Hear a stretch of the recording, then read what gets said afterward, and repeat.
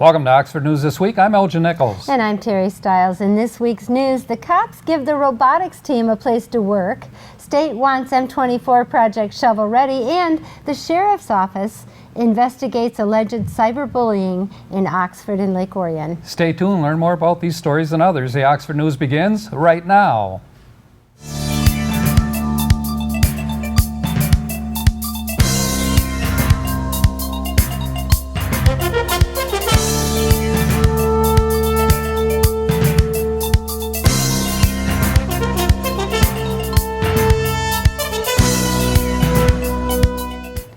MDOT is preparing to redo M24 through downtown Oxford.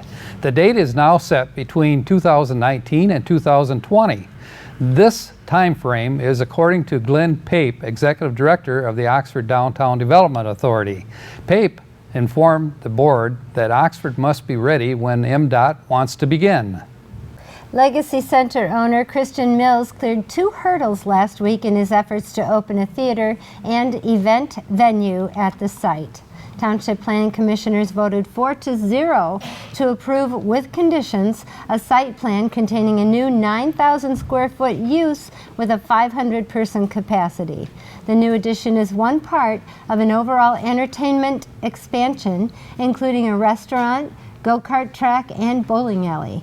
As of last week, over 700 people signed a petition in favor of the expansion. A collapsed culvert beneath Oxford Township's Wood Trail south of Drainer Road opened up over the weekend. As a result, this stretch of Wood Trail is closed through traffic, and motorists are asked to please plan your detour route in accordance. Thanks to the Oxford Village Police Department, Oxford High School students' robotics team will soon have a new home. Torque 2137 will have space for the students to practice their large-scale robot game in the vacant building located behind the police department. The village building formerly served as Oxford's fire station and is currently used for storage and as a meeting space for some community groups, according to Police Chief Mike Sowald. One word was on everybody's lips last week. Can you say potholes? Potholes are popping up everywhere, especially along M24, damaging vehicles and sending frustrated drivers to repair shops.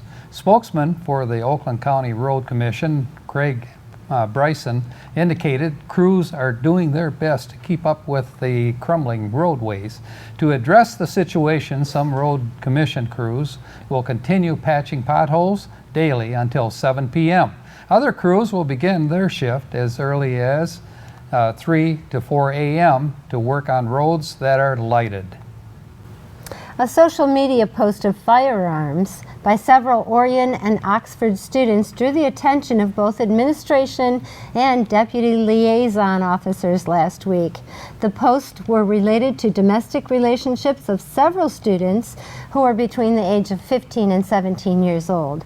The liaison officer and the school staff began to assess the images and the potential threats implied in the posts. Parties who had knowledge of the posts refused to fully cooperate with the investigation, which continues with the Oakland County Sheriff's Office. In medical emergencies, seconds can mean a difference between life and death.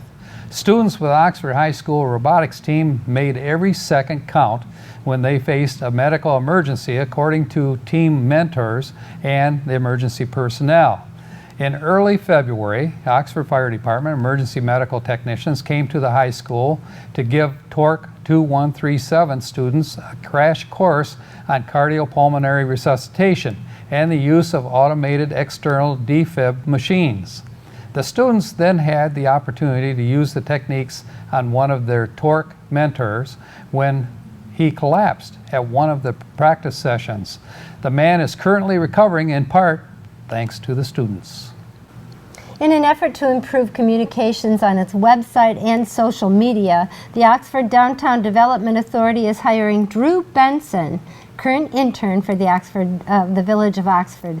The DDA board voted last week 7-0 to hire Assistant Benson for a period of 10 weeks and he will work 8 hours a week for the DDA at the same pay rate that he currently receives from the village. According to Benson, this project will assist him towards his master's program at Oakland University. 8 employees of the Oxford Fire Department raised $200 in donations for the American Lung Association. The money was raised by running up and down the bleachers at the Oxford High School football stadium. The training event was held in support of the American Lung Association's annual Fight for Air climb in Detroit.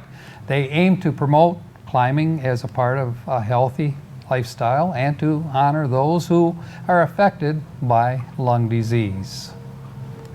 That's it for Oxford News this week. If you'd like to learn more about these stories and others, you can pick up a copy of the Oxford Leader newspaper, or better yet, catch us on our website, OCCTV.org, on YouTube, and of course on your regular channel, Charter Channel 191 and AT&T Channel 99. Coming up soon, John Ochins with the school news and OCTV's very own Cody Wright with the sports report. And you won't want to miss Auto Talk and Science in the News with Dave Kenny. I'm Terry Stiles. Thanks for watching Oxford News this week, where we bring your news closer to home. And I'm Elgin Nichols. Remember, always be kind to your friends and neighbors, and thanks for watching. Hi everyone, I'm Bill Lansdowne, retired chief of the San Diego Police Department. The first step to protecting your smartphone is to add a simple passcode lock on your phone. It's an important first line of defense. For all Android devices, follow these simple steps. Go to Apps, tap Settings, tap Security, tap Change Screen Lock.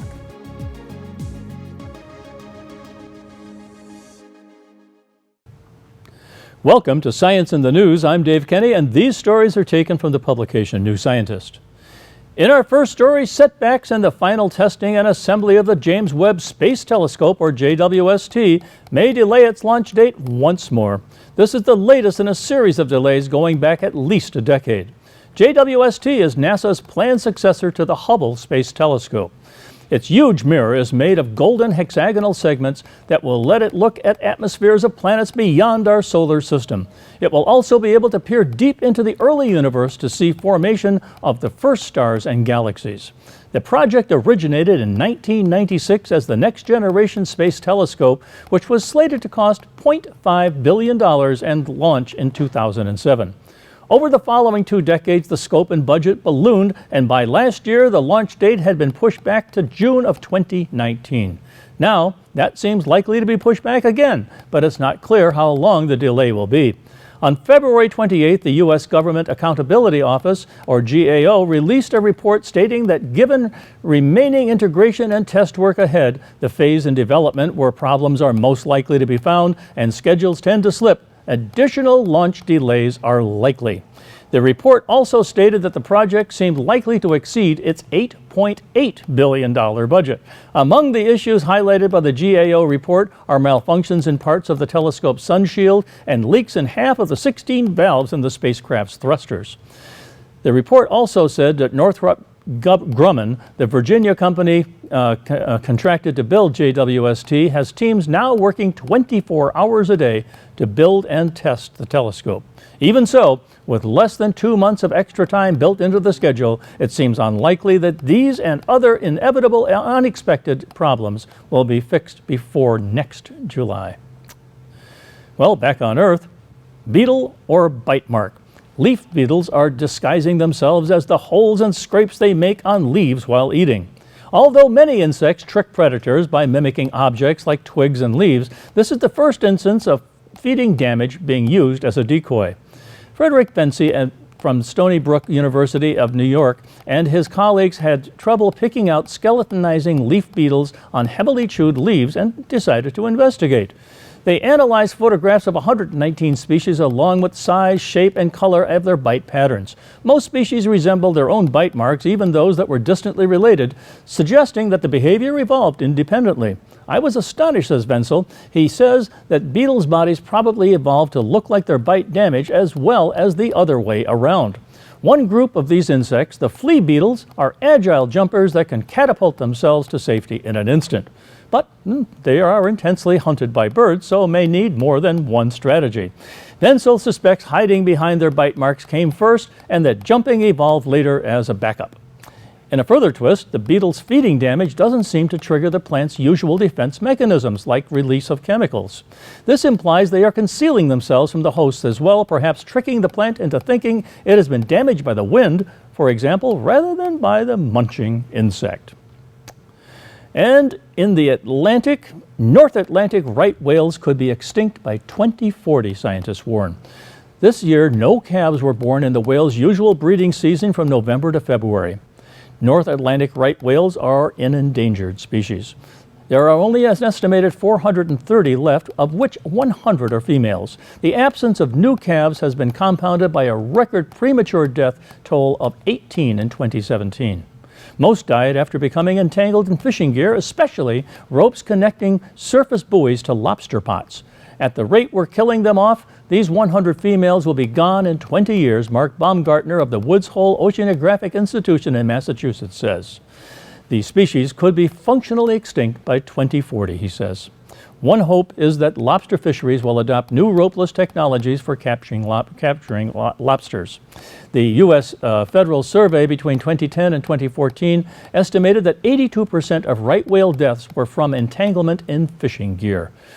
The ropeless technology is being developed at Woods Hole, and it relies on devices on the seabed linked to lobster traps. To recover a trap, a fishing crew sends an acoustic signal from the surface, causing the device to rise to the surface, for instance, by inflating a bag to provide buoyancy. However, lobster catchers in New England recently viewed the technology at a meeting at Woods Hole, and many were unimpressed, according to the Boston Globe. And the work goes on. Well, that's it for this edition of Science in the News. I'm Dave Kenny. Stay tuned to Oxford Community Television. It's not just a donation. It's a warm blanket. It's a bottle of clean water. It's a roof and a bed. It's knowing someone cares. It's feeling safe. It's a today that's better than yesterday. Every dollar you can spare helps so much more than you can imagine. Please donate now to Red Cross Disaster Relief. Your help is urgently needed. If you're a fan of film or just an all-around media buff, you should watch Media Maniacs with Russell Currier, Ashley Point, and Trevor Cash. Watch us Monday through Friday at 3:30 p.m. and Saturdays at 11 p.m. We review everything, and we are just crazy enough to do it. I'm John Ochins, and welcome to the Oxford Wildcats School Update. It's been over 2 weeks since 17 people lost their lives in the Marjory Stoneman Douglas High School shooting in Florida. We've heard a lot of talk in the news: increased assault rifle regulation, arming teachers, increased school security, more intense background checks. I sat down with Superintendent Tim Throne to get a feel for things in Oxford. Tim began by talking about a letter going out to our people. I'll be sending out a letter to the entire community. It'll be shared with our parents, community members in general. We'll post it on our website, just about the recent events and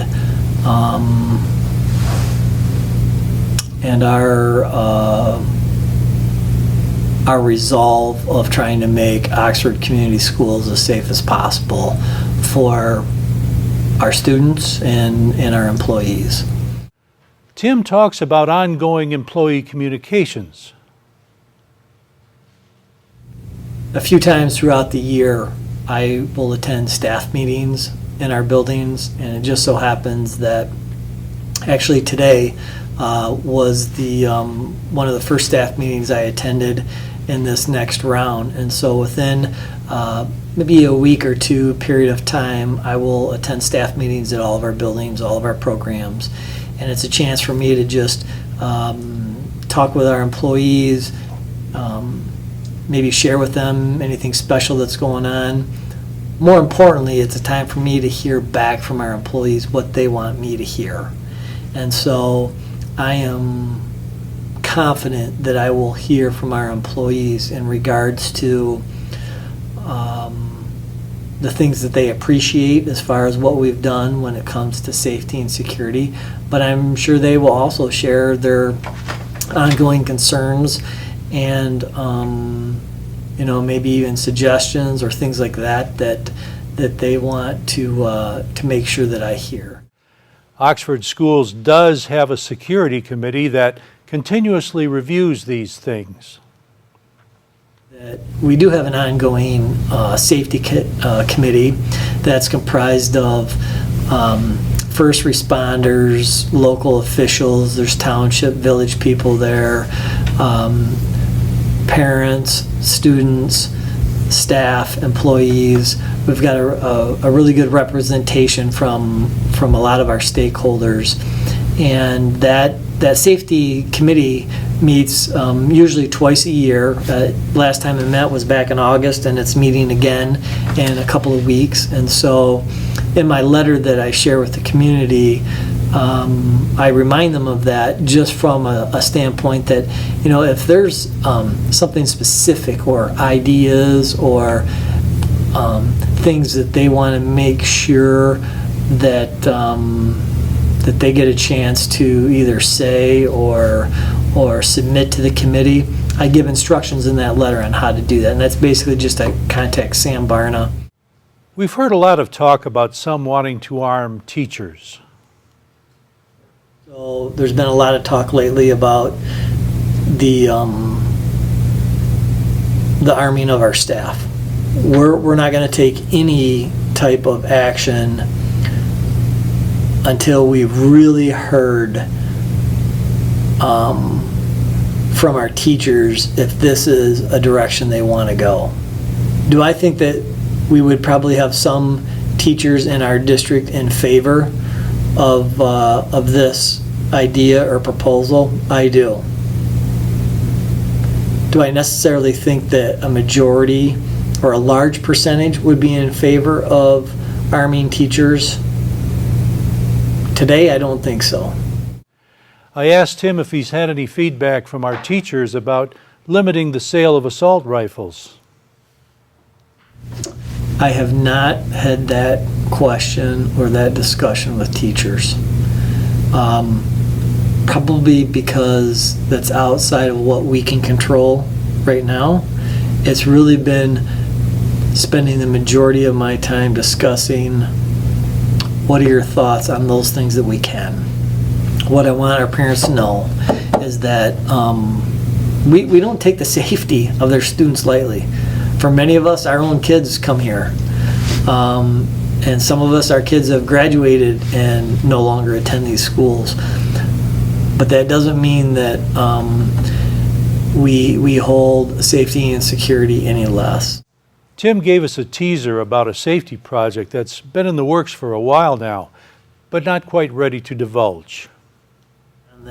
We've been working with a local company, and we've actually been working on a product for almost a year now, a full year, to help with the safety and security of our buildings, and helping with first responders if something were to happen. And while I'm not comfortable going public with that yet, when that time comes, I'll be more than happy to sit down with you and just talk about the time and energy and money we've put into trying to come up with solutions that fit for Oxford. We'll have more on schooling around. That's the Oxford School Update for this week. This is Oxford Community Television, keeping it local. Hi, I'm Elgin Nichols. And I'm Dave Kenny. Together, David and I host OCTV's weekly show, Minutes by Minutes. The show presents our sometimes humorous interpretation of what your elected politicians are doing to enact regulations and ordinances that ultimately affect us all, keeping your news closer to home and reporting political shenanigans from Oxford and Addison Township, including the villages of Leonard and Oxford. Catch Minutes by Minutes on Charter, Channel 191 or AT&T Channel 99. Tune in Monday through Friday, 11:30 a.m. and 11:30 p.m. and Saturday, 11:30 a.m. If you don't have Charter or AT&T, you can watch us on our local website, OCCTV.org, or OCTV Oxford, Michigan on YouTube. See you there. What's happening, Oxford fans? Cody Wright back again with this week's Sports Report. This week we will touch on the Oxford and Avondale United hockey team and how they went out this season with a bang. The boys and girls basketball will both be touched on as usual. And you can't forget about the Boulders, who have just been about unstoppable this year. We are in the last few stretches of this winter season, and like I said last week, the spring sports schedule should either be available now or they will be very soon. Soccer, lacrosse, baseball, softball, golf, track and field, and tennis will be what we focus in on. However, let's not lose focus just yet and finish out this winter season on a high note. So first off, boys basketball took on Oak Park here at home on the 27th. It's not always a pleasure to report losing, but it is part of the game. The basketball team struggled across the board that night. Freshmen, to start things off, fell to a final score of 43-41, which is fairly close. JV was even closer, but didn't make the cut, 56-55. And then varsity fell as well, 73-52. However, on the flip side, the girls varsity basketball team traveled to compete in the MHSAA district semifinals at Clarkson High School. We took on Holly, and they were a very strong team, and we just couldn't stay with them, and the final score ended up being 39-17. However, it was great to see our Lady Cats competing in a game beyond the regular season, that is for sure. And speaking of regular season games, the Oxford and Avondale United varsity hockey team had their last home game and senior night last weekend against Fenton Linden. It was an incredible way to go out at the Detroit Skate Club, and we were there to capture it. Goaltender Aaron Angelo had a shutout, and we ended with the final of 3-0. Congratulations and good luck to seniors Griffin Burke, Shane Brown, and Nolan Tatamir. We look forward to next season as well, and we are very excited to have so many great players coming back. And last but certainly not least, the girls bowling team is headed to states once again. The bowling team headed to Grand Blanc Lanes on Friday and Saturday to compete in regionals. The girls team qualified for the MHSAA state finals for the third year in a row. However, the boys team did not make the cut. We will surely be watching very closely to see what good fortune may come to the girls bowlers in the meets to come. And that should just do it for this week's report. Like I said, we are getting close to the end of the season, so that means if you want to see any more winter events, now is the time. They are still playing. We do look forward to the warm weather and spring sports to come. For any more info on these events and more, go to oxfordathletics.org. Plenty of stats, game breakdowns, and scores all right there for you at oxfordathletics.org. While you're at it, might as well check us out at OCCTV.org. All of our coverage of the games and more can be found on our YouTube page, which you can access right there through the website. Once again, that is OCCTV.org. And that should do it for this week's report. I want to thank you all for watching and remind you to tune in next time. But until then, I'm Cody Wright. Go Wildcats.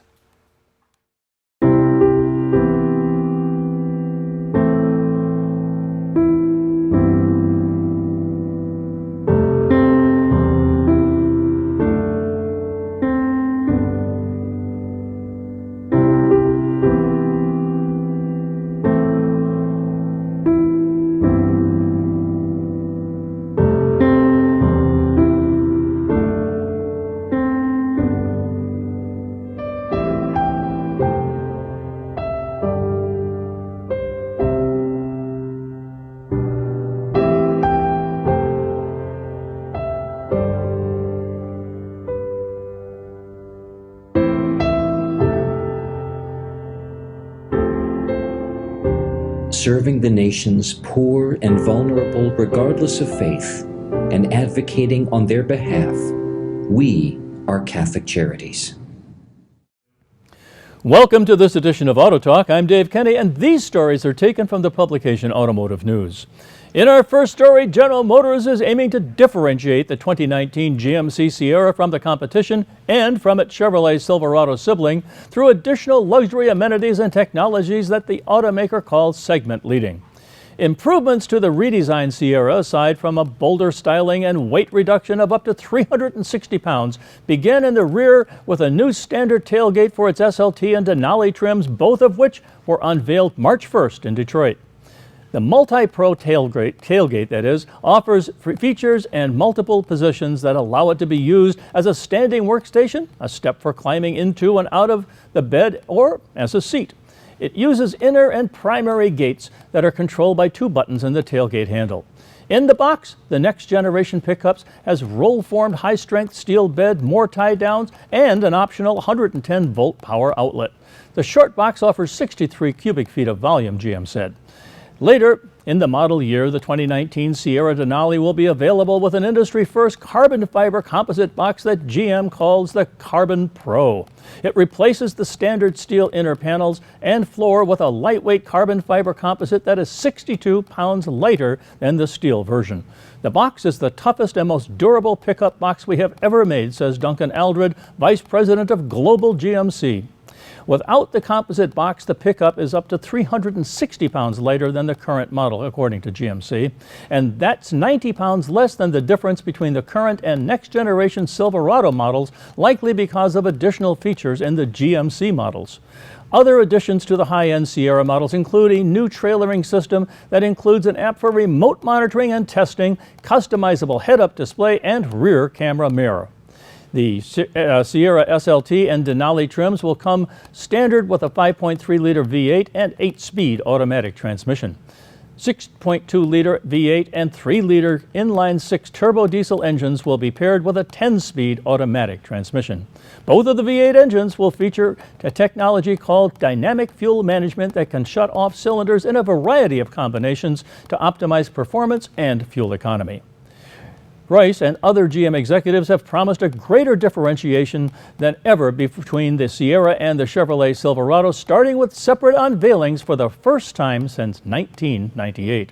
Both are expected to begin production in the third quarter in Fort Wayne, Indiana, and GM also builds pickups in Mexico.